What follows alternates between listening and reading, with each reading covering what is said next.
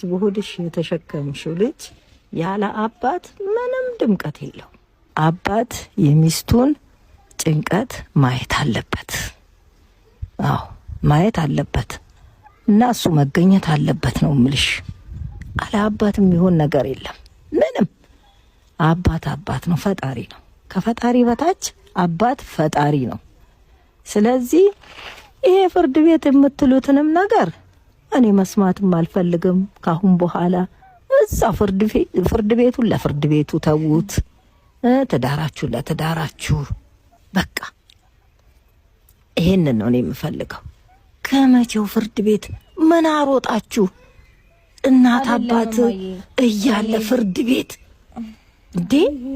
ለሚሰማውስ ቢሆን ትላንት እንዲህ ነበረ ዛሬ ፍርድ ቤት ቆሙ መባል፣ ኧረ በስመ አብ በጣም ይከብዳል።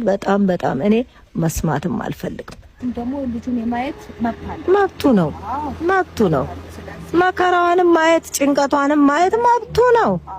ስለዚህ ሩታ መብቱ ነው። እግዚአብሔር በሰላም ይገላግልሽ። መብቱ ነው። አዎ ልጁን ማየት አትከለኪው። አዎ